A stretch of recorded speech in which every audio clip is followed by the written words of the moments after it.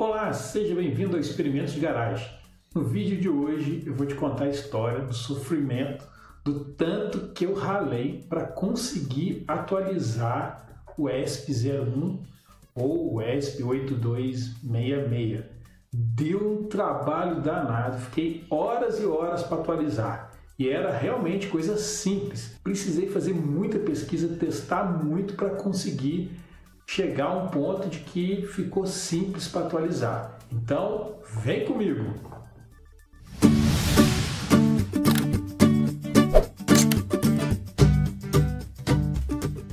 Talvez você chegou nesse vídeo, ficou curioso e queria ver o que aconteceu, mas não conhece esse chip, o ESP8266, né? Ou então nesse modelinho aqui, o ESP01. A gente pensa em algo maravilhoso, compacto e que tem Wi-Fi embutido. As novas versões adicionaram muito mais recursos. Esse modelinho é um modelinho já antigo, eu já venho trabalhando com ele há um bom tempo. A gente utiliza ele na casa inteligente para deixar também algumas coisas automáticas e ele tem muito recurso. Só que às vezes a gente precisa juntar ele com alguns outros hardwares. E aí a gente precisa fazer a danada da atualização do firmware. E nem sempre é muito fácil de fazer, porque são muitos detalhezinhos que tem na hora de atualizar. E esse danadinho, além de trabalhar aí com 80 MHz a 160 Hz, megahertz de velocidade, ele também consome pouca energia, levando em conta pelo tamanho e pelo que ele faz. Ele opera com 3,3 volts, tem que tomar cuidado com isso, não pode ligar nele 5 volts, senão você vai danificar ele.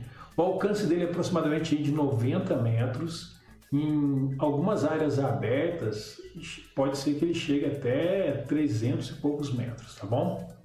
Comunicação serial, que é o que eu pretendia fazer com a atualização, ele tem suporte aí a TCP, UDP, nos protocolos de rede, além de ter aí um monte de outros recursos, como saídas PWM, sensor de temperatura interna, etc.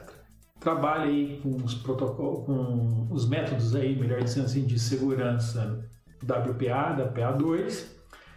O tamanho dele é bem pequenininho, 25 por 14, mais ou menos 3 milímetros de altura. E aí, se você soldar os pininhos, aí, lógico, fica maiorzinho, mas nada de outro mundo. E muito levinho. Ele pode funcionar tanto no modo standalone, e você pode programar ele como se fosse um Arduino, por exemplo, e você pode deixar ele no modo de como se fosse um modem, que você dá comandos AT para ele. Então, o seu outro hardware envia via serial para ele os comandos e ele faz a comunicação. É muito legal. Além disso, também ele vira access point, e depois, num outro vídeo, eu vou mostrar coisas novas que eu descobri, outros novos softwares que a gente pode colocar junto para rodar nele, que aumenta ainda mais a experiência de usar esse aparelhinho aqui. Ele tem aqui os pinos, então tem um pino GND, é importante a gente conhecer bem os pinos, principalmente a posição, para na hora de fazer as conexões. Então vou deixar aí na tela, tem também datasheet dele depois disponível. E aí tem aí todas as informações que a gente precisa. Ficando esperto com o RX e o TX, que é onde faz a comunicação aí com o seu dispositivo. Quais são os programas que a gente vai usar para poder fazer a atualização? Eu vou usar o Flash Download Tool, vou deixar na descrição do vídeo aí o link. Tem a versão 388, eu estou usando a versão 385 ou a 388, tanto faz. As duas funcionam bem, tá? Usei também um aplicativo que é o Hércules, que é para trabalhar com serial, para poder consultar ele depois, saber se o firmware atualizou direitinho, etc. Além disso, também vou deixar para vocês aí o firmware que eu estou utilizando, que é um dos mais novos. Eu não peguei o último, porque o último não tinha os recursos não eram compatíveis com o aplicativo que eu estava utilizando. Mas essa versão aqui já tem muita coisa legal para ser utilizada, tá bom?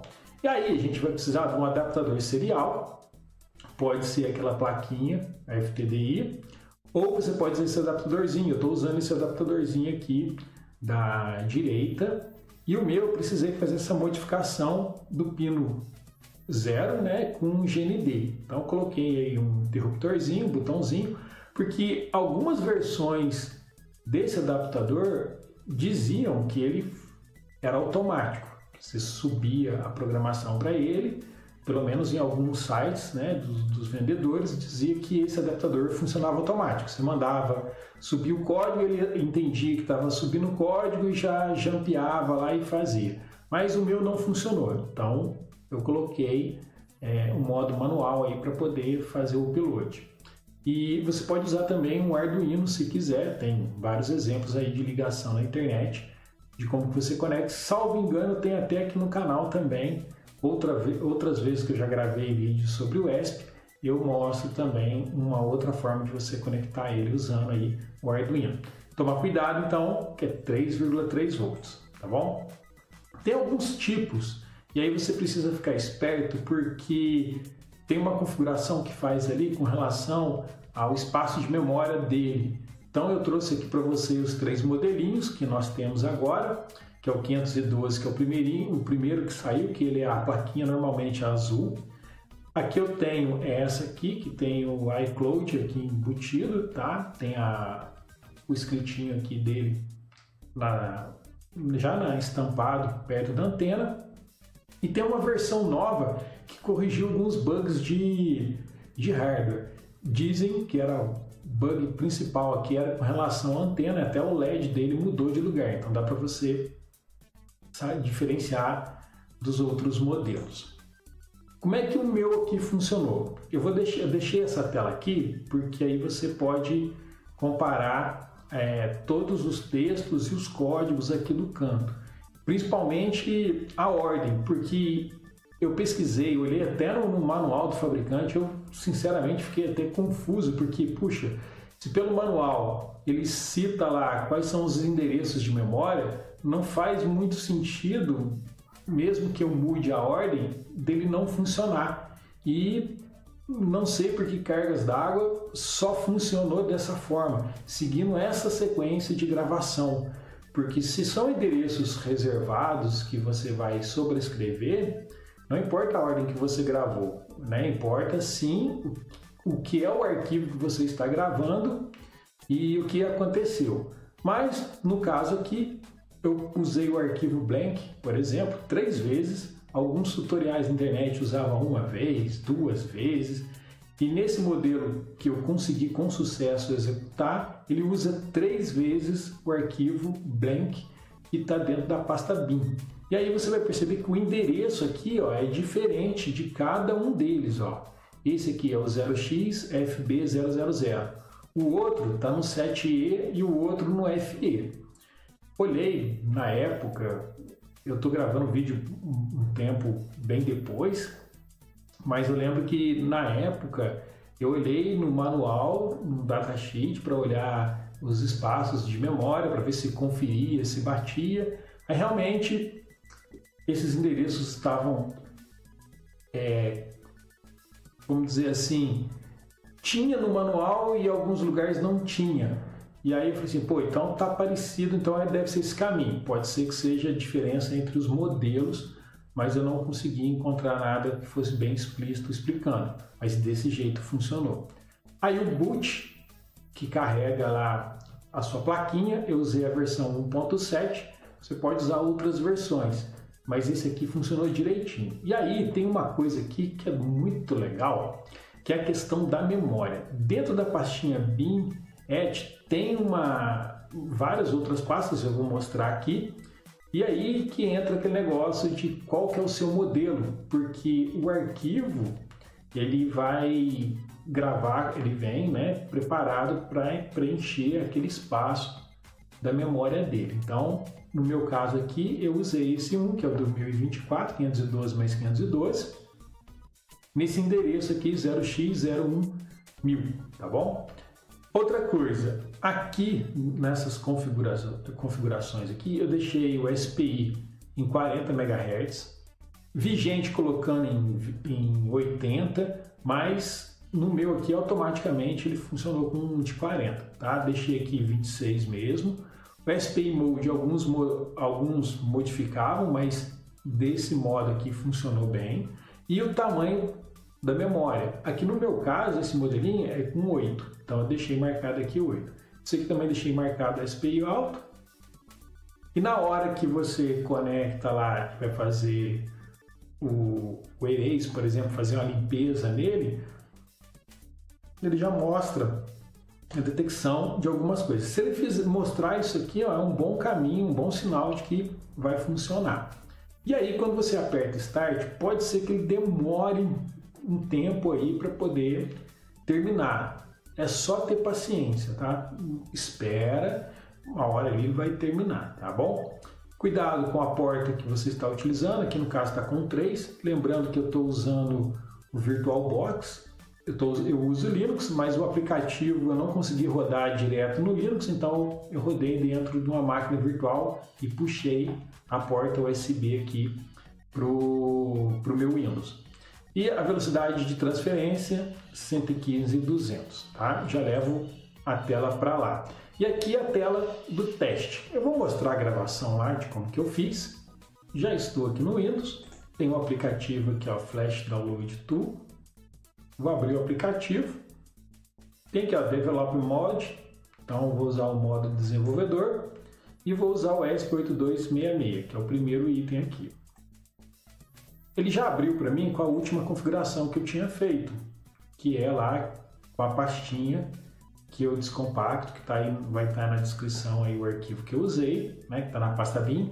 E você pode olhar também, quando você para em cima aqui, ó, ele dá os endereços para poder você gravar. Olha, ele fala ali os endereços. Então eu fui comparando isso aqui também até chegar no modelo que deu certo. Então esse modelo que eu estou usando aqui, essas informações, vou tentar até dar um zoom aqui. Aí, pessoal, aqui, ó, consegui aumentar aqui a tela. Esses são os endereços que eu utilizei. E aqui são os arquivos. Aqui estão os arquivos que eu utilizei. Aí eu vou apertar aqui, então, no Start. E ele está lá sincronizando o meu dispositivo. O meu eu acho que vai dar erro, porque eu deixei no modo de leitura. Não mudei a chavinha para o modo de gravação.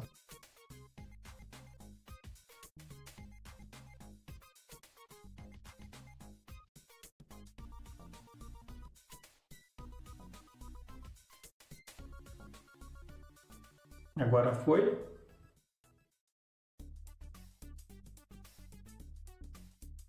Terminou. Posso até apertar aqui o Stop para ele fechar a comunicação com a portinha dele lá e posso encerrar o programa. Agora eu vou abrir o programa de teste, mas para isso eu tenho que mudar lá a minha chavinha para colocar ele no modo de operação, que é o de funcionamento normal, sem ser para fazer o upload do firmware. Então, meu adaptador, aí tem aqui um botãozinho, eu vou mudar aqui a chavinha de posição,